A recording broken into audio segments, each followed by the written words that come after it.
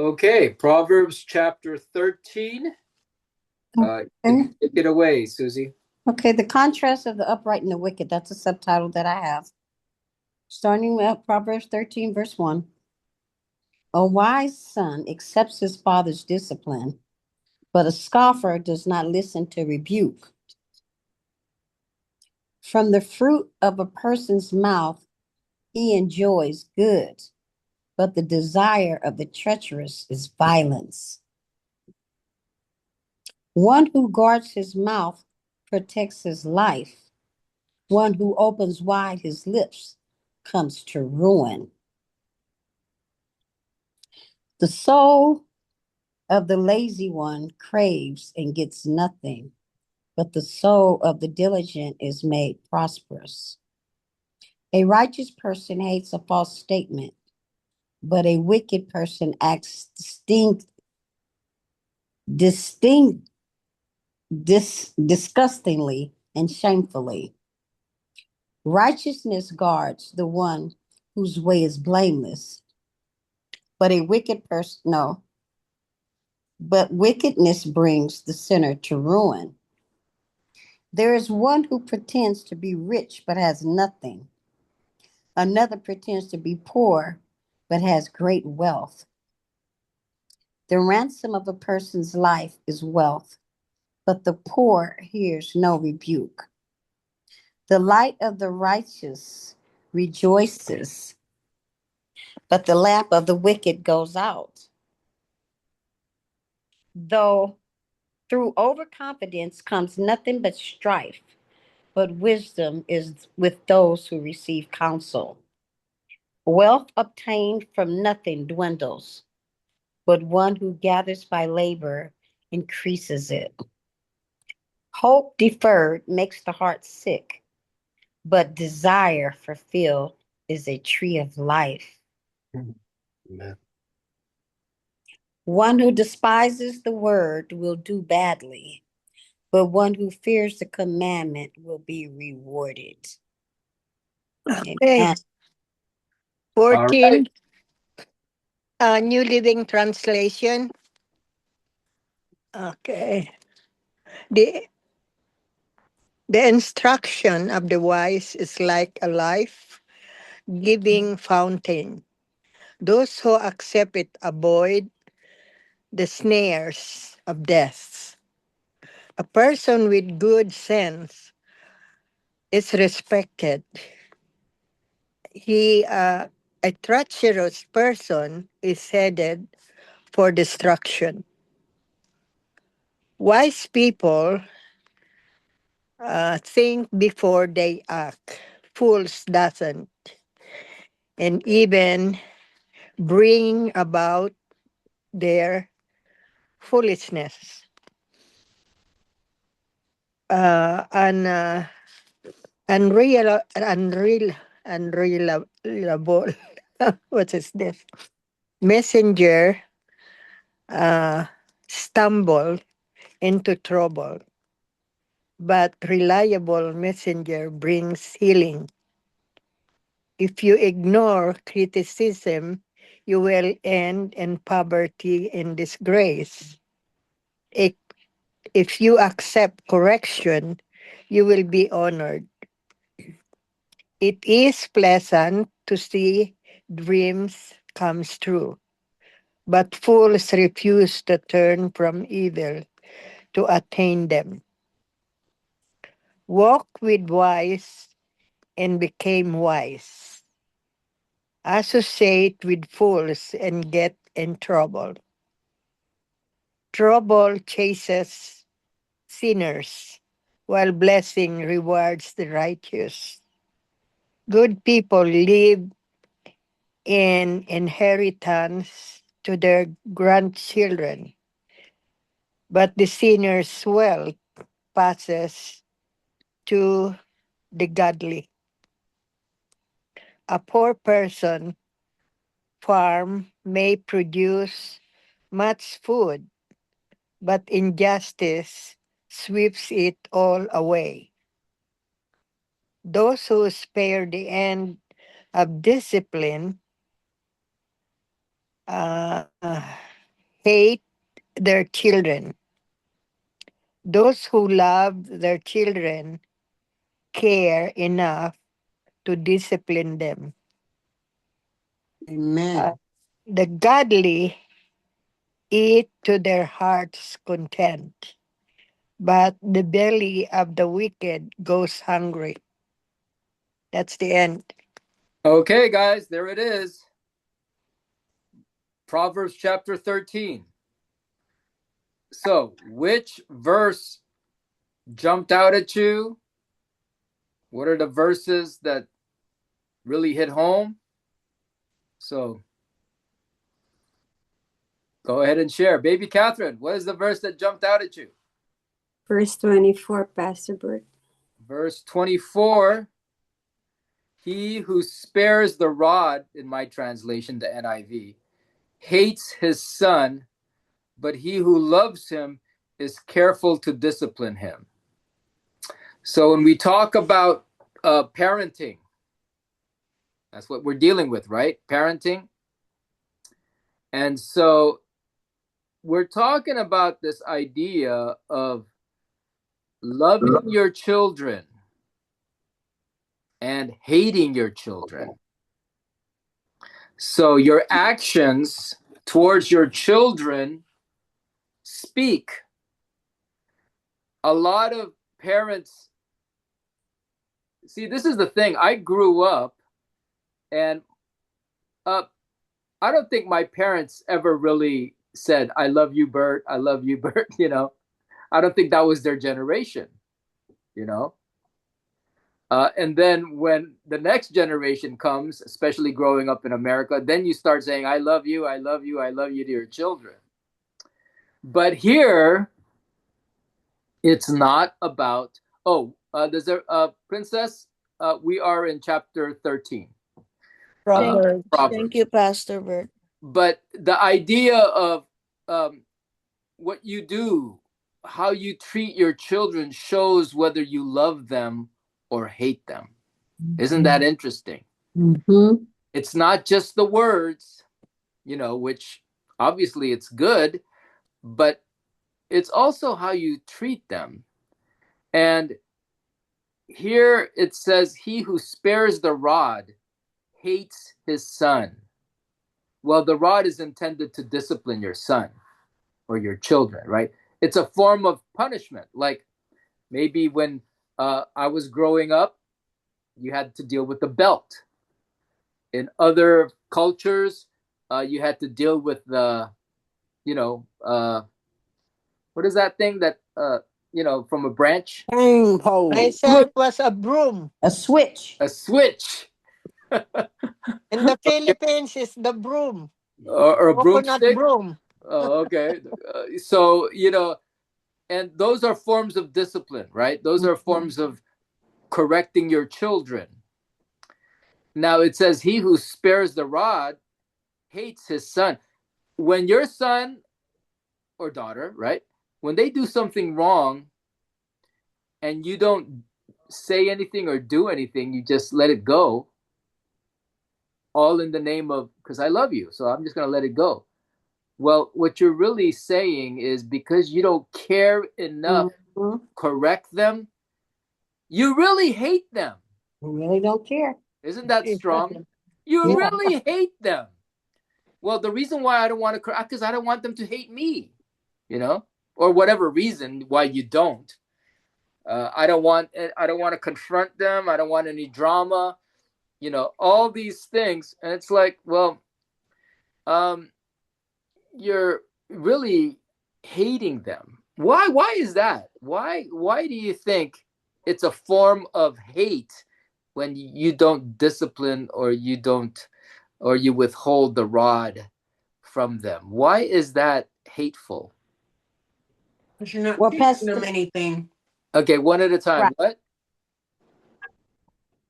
One at a time. Go ahead. Why is it hateful when you don't discipline them? Because you're not preparing them for the world. You're not teaching them anything. You're not preparing them for the world. Mm-hmm. And so when they go through life, never being disciplined, Mm-hmm. never experiencing the pain of discipline, Mm-hmm. then they grow up as adults. They grow up, and when they get corrected by others, they They can don't know how to handle it. handle it. That's right. Right. They feel entitled, And like so somebody now, owns something. yeah, and so now we they have bigger problems. Mm-hmm. I don't like the way my boss talked to me. You know what? Forget I, this, boss. I quit. yeah, I quit. Next thing you know, you're out of a job, Mm-hmm. you know? And then you try to find another job and you keep losing a job because you don't know how to deal with the corrections that Mm-hmm. happen. Corrections happen at work, right? That happens all the Oh, time. yes. And so, if you don't know how to deal with correction because you never received correction growing up, then then you'll think that nobody should be correcting you. And how are you going to learn right from wrong? Exactly. Your parents don't don't teach you. Exactly.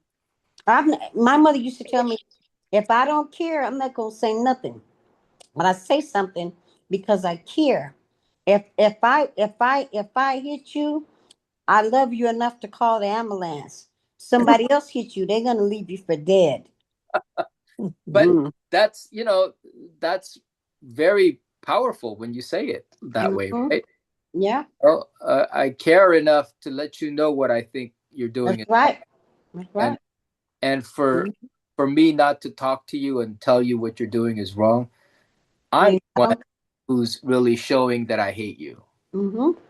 My mother used to say, children don't love you no more than what they can get out of you. Tell them no and see how they treat you. There you go. That's a good way of, this is part of the experience of parenting, Exactly. Mm-hmm. and the wisdom there is, yeah, you don't hold back the discipline that they deserve. Right? Right. Right. So it says, he who loves him, if you really love your child, then you would be careful to discipline him, in my translation. Mm-hmm. So as parents, you know, and it's universal. This is universal. It's just Yep. the method is what differs, right? I mean, Mexican families, right? They discipline their children. Filipino families, black families, Mm-hmm. American families, they all have their form of discipline, as long as the discipline is intended to correct and teach them what is right and what is Now, wrong. Bert, can I say this? I Yeah. know some families that don't discipline their children, and their children run all over them. They Right? curse, they disrespect them, Right? all because I don't want to whip my kids. I don't think they should be whipped. I don't think they should be disciplined. Yeah. Gentle parenting. Don't work. Yeah, see, so that's why, we have to embrace the idea of correction as part of the way of life, and they Yeah. need to embrace correction as part of the way of life. um if you never discipline your children, and you give them whatever they want, basically they run around. We call them spoiled brats, right? Yep. Mhm. They're Yep. brat. And when we see spoiled brats in society, they are not loved, they are hated, because they're so self-centered and selfish. And they're sore losers. They Sore don't know how to lose. losers, and they're not gracious, they're not No. good. They Mm-mm. very focused on getting what they Yeah. want, That's Mm-hmm. right. and they Yep. don't care what everybody else thinks. Nobody else is more important than them. So yeah, that can develop. And Mm-hmm. so if you let their children grow up that way, then what you're saying as a parent, remember, this is godly advice, or this is wise sayings. You're really showing how much you hate them. You really hate them. Mm-hmm. See, so God help us to be parents who truly show love and are careful to discipline our children, call them out when we think they're wrong. Right. Pastor Bert, I told I tell my kids, and if I got something on my face, don't let me go outside and everybody's looking at me and staring at me. Tell me, Mama, there's something on your face. Because when you see something wrong with someone, if you care about them, you're going to say something. Your Exactly. slip is hanging, or you got something on your face. I'm not going to love you and look at you and let you walk around thinking that you're looking good and you're not. Yeah, it's like a form of saying I'm looking out for you. I don't want Right? you to walk around with something on Exactly. your face, Tell me. and I'll let you walk around the office the whole Right. day. That Uh, means you don't care about me. yeah, you should have said something. Right. So there you go, guys. Yeah. Okay, baby Tough Catherine, do you have lessons. any other thoughts about parenting or? Oh, it's okay. Thank you, Pastor Bert. Okay, hopefully this will sink in. Um, it's one of those things. It's like, how, I mean, do you stop correcting them, or sparing their, disciplining them when they're old? No, You Pastor got to Bert. keep doing that as long as they live, as long Juju as is you're 47 and Pastor he Bert, yeah. still get his. you need to guide them even though they're old already, because we as a parent don't we don't stop guiding our children Mhm. until we pass away. That's the Mhm. responsibility of a parent. Right. So the guidance and, Yeah, you have to the trick them. guidance and instruction is a form of discipline. You might not be hitting your 30-year-old son with a belt. Oh Mm-mm. no, no. So Because if I it still guide changes, my the older they get, it starts to change, and you have to yeah. have more wisdom. Now you pick up a brick and knock him upside the head. Yeah, it's if you discipline your child while he was growing, then you don't have a hard time guiding him when Mm. he grows older, because there's the respect from you that you know Yeah. you put in your child. Mm. Okay. See, so all these things are what we're chewing on. Verse 24. Now let's move on. Daniel, what is your thought? Oh, I have a verse, Pastor. Yeah, go ahead. Yeah, it's verse 7. 7. One man pretends to be rich, yet has nothing. Oh, another pretends to be poor, yet has great wealth. I like that My, one. my I thought like there, that one. Pastor, my thought there is like, yeah, tell me if this is a good take. Like, there's a lot of rich people, they make themselves rich in the world, but spiritually, they're nothing. Like, they're poor. Like, you remember the Beatitude? Yeah, Blessed are, but this isn't spiritual. This is just wisdom. oh, we cannot do. Remember, the context of Proverbs is always about Wisdom. general wisdom. Mm-hmm. Oh, This so, is this is not connected to anything spiritual. like, blessed are the poor in spirit, for there's the kingdom of God. So, that's only my, But that's not the connection. Don't try to connect it. okay. It doesn't fit. Yeah. So now look at it at face value. What is the face value? One man pretends to be rich, yet has nothing. Do you know anybody like that? Yep. Oh Yep. yes, pastor, because they're afraid that other people will know, so he is poor. Their pride. Yeah, he's Maybe just because of pretending. pride, they want to That's show right, off yeah. their fancy cars, they Mm-hmm. want to Mhm. show Mm-hmm. off their fancy house, their Yeah, fancy clothes, I'm They proud. but all that was purchased with a credit card. Yes. Mm-hmm. So now they're in deep trouble financially. Right. they Yeah, sometimes the car will be forfeited There you Mm-hmm. go. if they You can, cannot pay. yeah. What they do they call that? Um, Yeah, Repossess. there's a show on. There's a show, Repossess. repossession. yeah, Yes. yeah. repossession. So this is wisdom, right? Mm-hmm. So Mm-hmm. basically, you know, don't try to show off and you get have all these expensive name brand purses, clothes. Mm. you couldn't even Don't be afford it. trying to go for those things in life, because you could look good and look like you're a very wealthy person on the surface, but the truth is you're broke. Mhm. That's me. Your credit card is piling up. That's See? me. And so wisdom here is telling you that there are some people like that. And obviously the warning, since we're reading it, is don't be like that, right? We shouldn't be people who are going after, this idea of trying to look rich. Yeah. Okay. So Mhm. you're just pretending to be rich. You're really not rich. Right, but I like a little bling bling. Well, you know what I A try little to bling teach? bling sometimes. I try to teach this to my kids, and I hope they practice it, but just spend less than what you make and you'll be fine. Yeah. Right? They Spend beg, less they than buy what what you they make. want. I'm not there yet. You make $10, spend 5. That's it. Don't try to spend 11, 12, $13 if you're only making $10. Right. Pastor Bert, They buy what That's they just practical wisdom.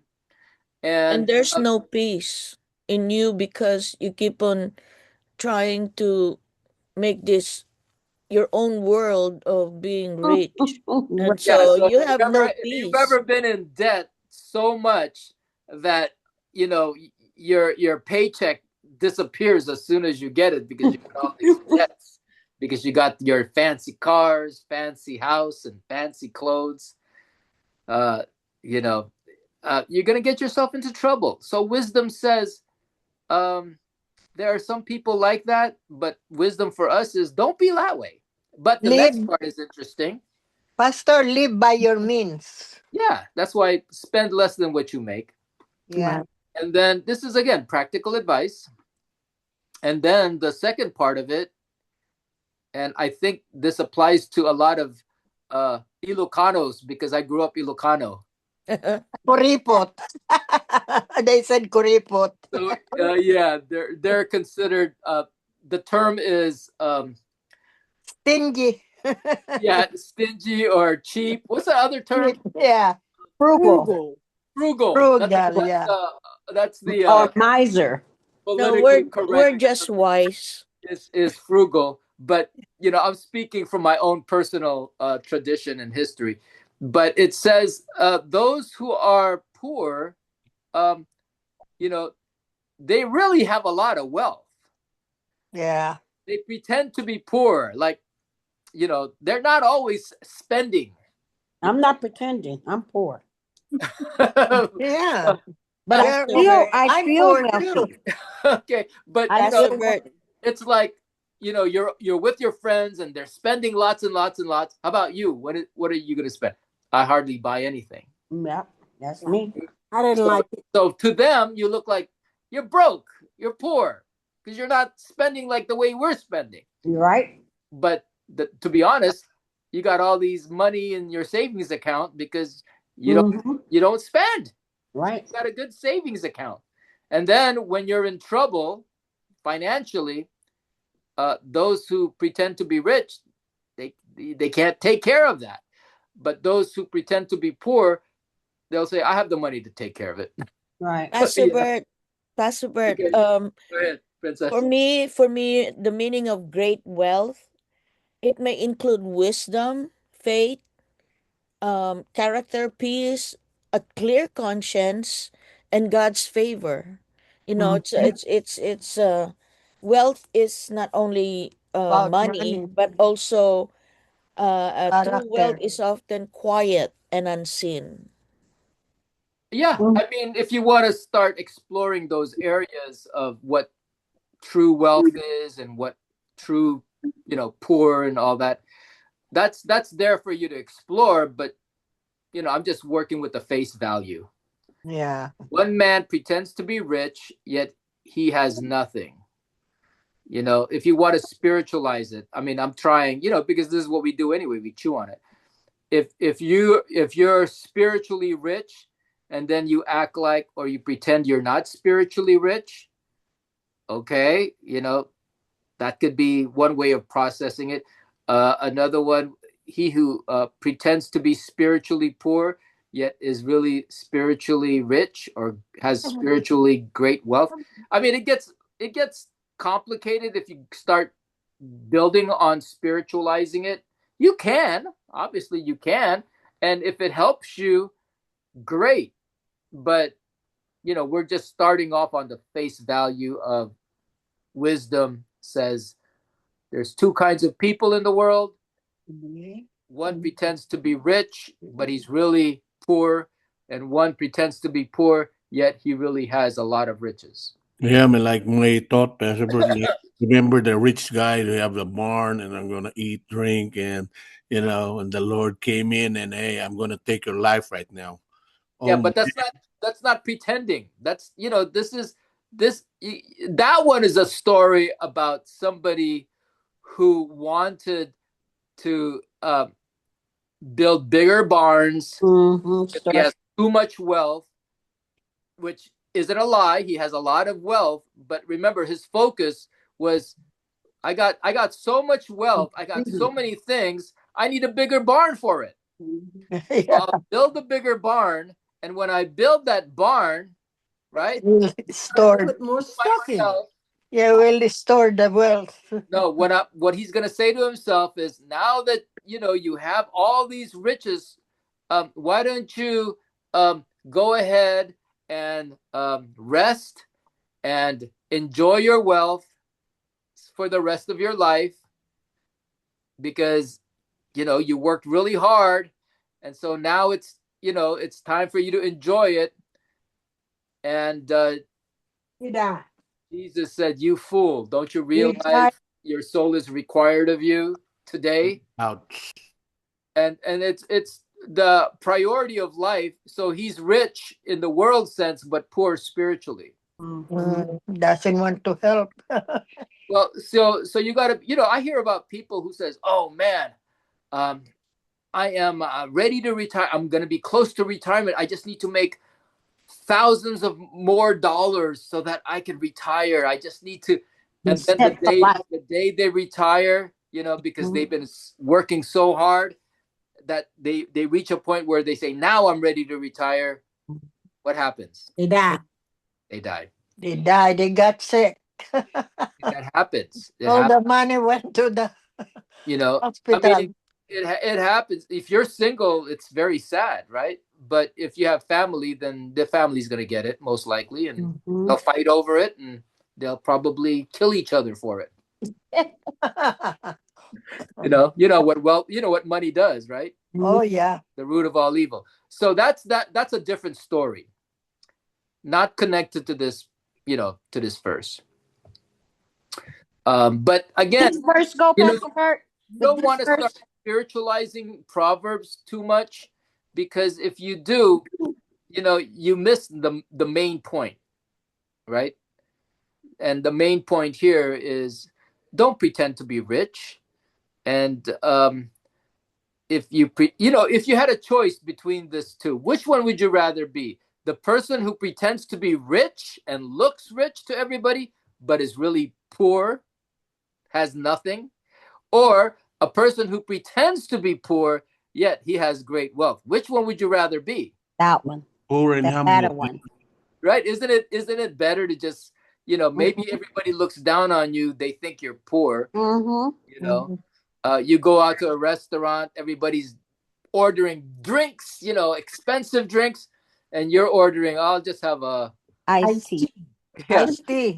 I'll just have a cup of water, and then they all look at you, Yeah. man, you're so cheap, or you're so poor, but the truth is, God knows.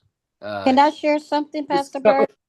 again, we're chewing on this verse, and it's a kind of a fun way of just looking at life, right? And keep chewing on it. What did you want to say, Susie? I wanted to say this morning, I was laying here and the nurse came in, and he asked me how was I feeling and stuff. He told me He said, you can't stay here. You can't afford this place. It's too expensive. And I'm wondering, how does he know what kind of insurance I have? What does he care? He said, you need a living facility. I've never heard of a nurse doing that. Yeah, he said you need a living facility. I say, why do I need a living facility? I have an in-home support worker. He said, oh, well, that's good. And I Yeah. told the doctor on him, and they were, well, who is he? What? I said, never mind. He hurt Yeah. my feelings. I don't want him to get in trouble, but he hurt Well, my I mean, feelings. that's not his position. That's what a caseworker is But for. how would he know? He made me feel so bad. Yeah, and I said, again, well, I'm ready to as go a home. nurse, all they are to do as a nurse is stay in their lane and do what they can to treat you, to help you. It's not about trying to take care of your financial situation or looking into that. And I don't know. uh, I don't know. so that's He, kind of a weird thing. Sometimes it depends on your insurance. They know the But the coverage. nurse's job isn't to do that, though. yeah, but he shouldn't have told me that. It made me feel bad. Yeah, Yeah, I it's mean, the it's the case patient. Yeah, manager who take care of those. exactly. Oh, So okay. that person, it looks like they went out of their lane Yeah, yeah, to because of bring your it up. they saw your insurance. That's And why they determine. if you Oh, tell the doctor about what you experience, I did. he'll probably get rebuked. Yeah, I And Yeah, did. that's fine. You don't have to carry a grudge. Just you got rebuked. Yeah, You know, yes. just make sure you don't do that. You know. but it's real. People will, people will do that to you. And Yeah, I have to tell Clemaine and Sabrina that people aren't all nice. Everybody that grin is not your friend. yeah, People and we smile don't in your know face, his stab you in the motive. back. Yeah, and we don't know his motives. So No. it's basically just look. This is what I experienced. Yeah. Probably say, okay, we'll talk to him, and then Yeah, but he'll get corrected. it's yeah, We it's don't know my the motive. journey, you Yeah, know. Narcissist that doesn't have any thing to do with your insurance. yeah. No hard feelings there. Just Yeah. move No. on from that correction, and Yeah. everybody's fine. Yeah. Okay, we got one more verse. Out of these 25 verses, we've covered two so far. Oh, so Pastor Brown was gonna say, does Yeah. this verse go? Huh? That's why we should store our treasures up in heaven and not where moths and cannot eat and thieves cannot come in and steal. Yeah, Jesus taught us that you can only have one master. Right? Mm-hmm. You can't have two masters. You'll hate one, love the other, et cetera, et cetera. But remember, Proverbs is written from a father to a son. Okay. And as a father to a son, that's the context, right? Mm-hmm. Um, every parent wants their children to prosper. Right. So from that angle, right, father wants their children to prosper in this life. That's why he says, you know, uh, let love and faithfulness never leave you. Bind them around your neck, then you will win favor and a good name in the sight of God and man. You Mm-hmm. have a good life here on earth with God and with man if you follow Proverbs, if you act wisely instead of acting foolishly. Right. Um, and so the idea of the parent wanting their children to prosper, that's natural, and you could Mm-hmm. consider it godly and healthy, Mm-hmm. right? I mean, Loving. what parent says, when you grow up, I want you to be poor and I want Mm-hmm. you to be broke, you know? Uh, Yeah. so that's what I get from Proverbs. And so all the wisdom that's here is intended for prosperity. That's why, let me read it. Let me read to you. For they will prolong, it says, if you keep my commands in your heart, chapter 3, verse 1 and 2. My son, do not forget my teaching, but keep my commands in your heart, for they will prolong your life. Every parent wants their children to live a long life, for they will prolong your life many years and bring you prosperity. So every parent wants their children to prosper. So that's the angle that we're taking with Proverbs.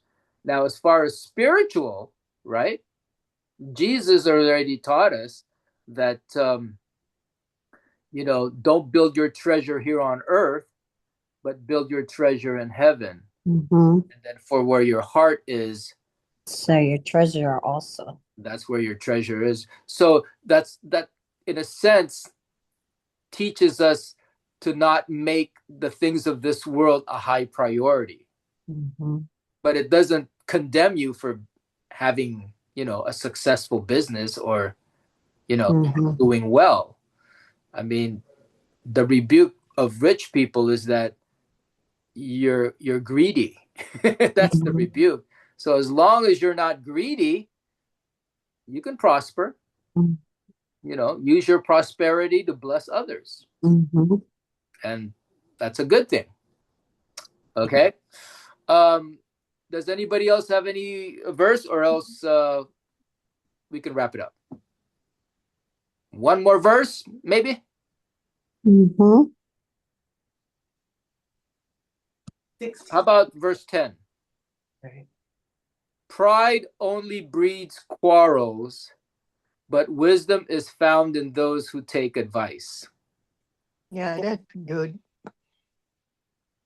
So there's another verse that says, listen to advice and accept instruction, and in the end, you'll be wise.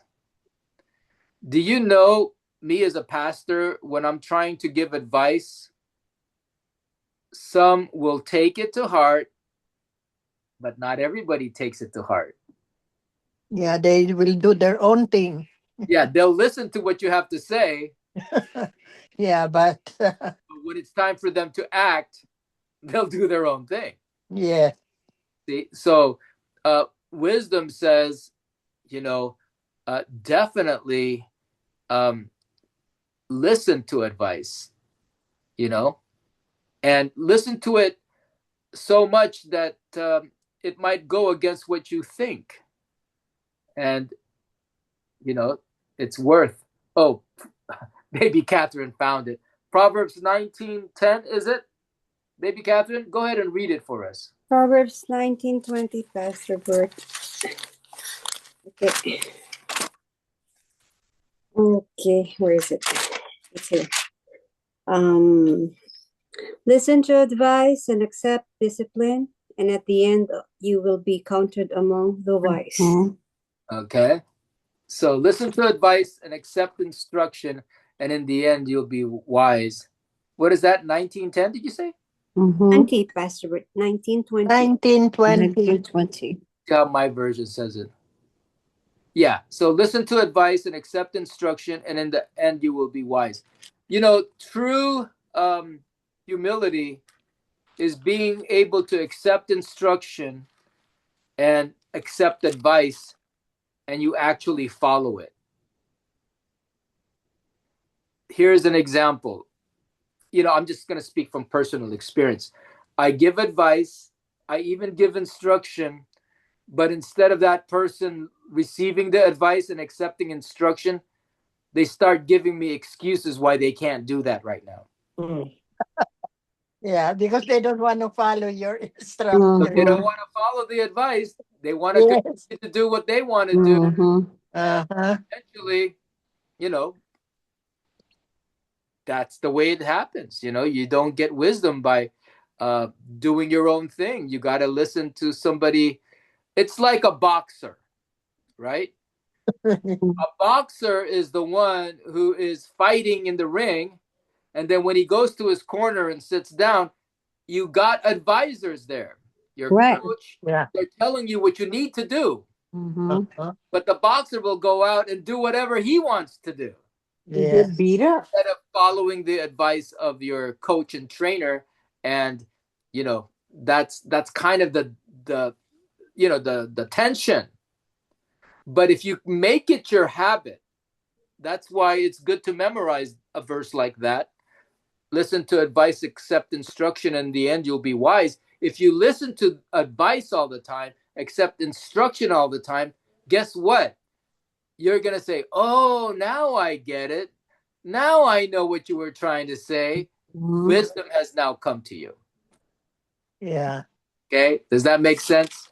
Wisdom will come but it only comes after you follow the advice or after you follow the instruction. But look at the first line. Pride only breeds quarrels. See, if you're too proud to accept instruction, if you're too proud to listen to advice, it's because of pride, whatever kind of pride you're dealing with. Fried chicken. Because pride only breeds quarrels, or another way of saying it, pride only breeds, an exchange of thoughts and ideas that going back and forth, you know, like a lazy person. There's a verse in Proverbs that talks about a lazy person. You know how a lazy person talks, or the kind of attitude they have? Mm-mm. Their attitude is, there's lion in the streets, I'm gonna get eaten alive. That's the kind of attitude they have. So that's a lazy person, because the lazy person comes up with all these excuses Yeah. to not get the job that they wanted, to not get the job. So this is Tough Love Tuesday. This is what it's all about. Pride only breeds quarrels. Hey, how come you're not doing your work? Well, a lion's gonna come and eat me. I can't do that. No, that's coming from a place of pride and laziness. And the truth is, you should be listening to advice and accepting instruction, and you'll be wise. You'll find wisdom. But sometimes people will never find that wisdom because they don't want to accept any advice or accept any instruction. Tough Love Tuesday, guys. Pride only breeds quarrels, but wisdom is found in those who take advice. Any other thoughts? I love advice. Yeah. If you have a difficult time receiving advice or instruction on a practical level, talk to God about it.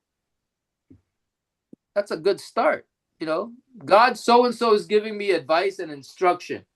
God, either help me do it, give me the courage to do it, or give me the guidance to do it. But, I'm trying to just be wise. Who had a thought? Princess, you can wrap it up for us? Yes, Pastor Bert. I'm talking through experience. Both my parents are gone, but we grew up with a lot of advices from them. We might not have followed them before, but it serves as my guide now that I'm mature and they're gone. I always remember Yeah. how the things that they taught us, the things that all advices, especially my mom, the wisdom that she gave me is serving as my guide, even though they're gone. And that's encouraging, because that tells us that it's never too late, right? It's never too late. Right. Yeah.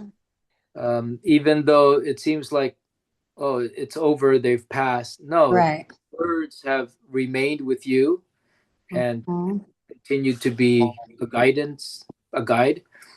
No, that's definitely. It's like planting seeds. They kept planting those seeds. Mhm. Yes. Maybe they didn't see it grow, but you are seeing it grow in your life. Right. It's because they kept planting those seeds, watering seeds Like Yes. as you were. I I have experience with my daughter when she was already a teenager. I always ask her, when I'm cooking, you stay beside me so you will learn, everything what I'm doing here. And she hates it, but I said just stay there and follow me, follow Wow. what I'm doing. Mhm. And now when she has already his family, she called me one time and, Mom, thank you for being so strict with me and Mhm. trying to teach me how to cook. Now I know how to cook. What you're cooking before, I'm cooking it for my children. That's a cool story. Oh my God. So that's a good experience too. Mhm. Yeah. Yeah, you kind of have to force them to learn. Yeah, Yes. a form of discipline. Right. Okay, Daniel, you might be the last one, or It's verse 3, Pastor, if we have time, but I think we have time, verse 3.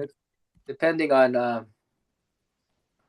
he who guards his lips guards his life, but he who speaks rashly will come to ruin. That again is a constant theme throughout the book of Proverbs. And the constant theme throughout the book of Proverbs is learning to control your tongue and your mouth. See, so it's a constant theme. Remember, it talks about how you're wise if you learn to stay silent. Mhm. Let's see if I can find a verse for that. But there's a lot of teachings about the way you use your mouth. Oh, here, verse in chapter 17, verse 27 and 28. A man of knowledge uses words with restraint, and a man of understanding is even tempered. Verse 28 says, even a fool is thought wise if he keeps silent, Amen. learning if he holds his tongue. So this idea of learning to always hold your tongue, Mhm. not rashly speak out. I mean, I grew up, I say whatever I feel like saying, right? And then when I became a believer and I started learning all these verses, then I realized, wow, I really got to be more careful with my words. Yeah. Even as a pastor, when I joke around, do you know some people are actually offended by my joke? Oh yeah. So now I'm in trouble because, you know, I had a bad joke. You know how people say jokes, and some of the jokes are offensive to some people. They don't think it's funny. And so, you know, they can use that against you, especially if you're a pastor. And so, you know, sometimes, you know, the cost is you're not as interesting or you're not as popular because you don't say, you know, words that, you know, you're always quiet. You're not very engaged with words. So that's the choice you have to make. You know, you have to learn to hold your tongue. You have to learn to be silent. You have to learn to use words with restraint. That means you just don't say whatever you feel like it. About the words that you speak, because, like it says in verse 3, he who speaks rashly will come to ruin. And so you know what that is, right?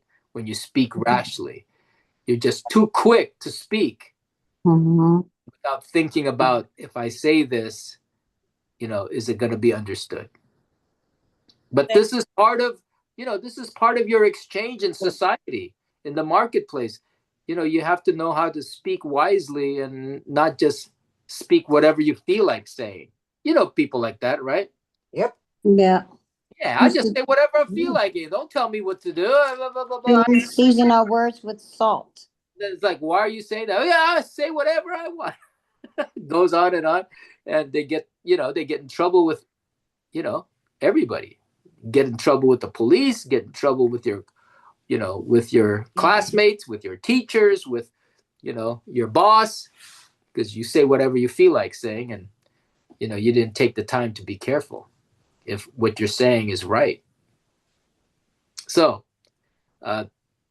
that's part of controlling your tongue and, you know, holding back your words. Okay.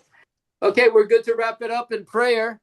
How about Sister Susie? Could you close us in prayer, Sister? And so glad to hear that, you know, you're starting to recover from. Hopefully, you'll be able to come home from the hospital soon. Yes, sir, Pastor Bird. All right. God bless you. Family.